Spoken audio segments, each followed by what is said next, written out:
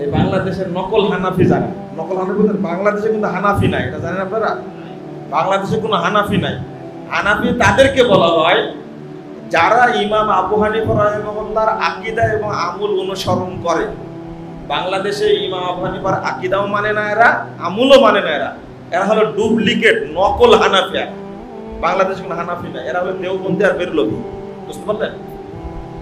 এরা আবার বলে যে খালি গায়ে ওযু করলে ওযু হবে না। দেন আবার বিপদ একটা। আপনি বাথরুমে ঢুকছেন, খালি গায়ে আছে, গোসল করলেন, ওযু করলে কি সমস্যা? খালি গায়ে ওযু করা যাবে। আকীদা নাই, শুধু ফতোয়া। আকীদা আছে? খালি গায়ে ওযু করা যাবে না, দাঁড়ায় ওযু করা যাবে না, তারপরে উঁচু জায়গায় বসে ওযু করতে হবে, কিবলামুখী হতে হবে, সব ফালতু কথা। ওযুর সময় কথা বলা যাবে না, ফেরেশতারা রুমাল নিয়ে দৌড় দেয়।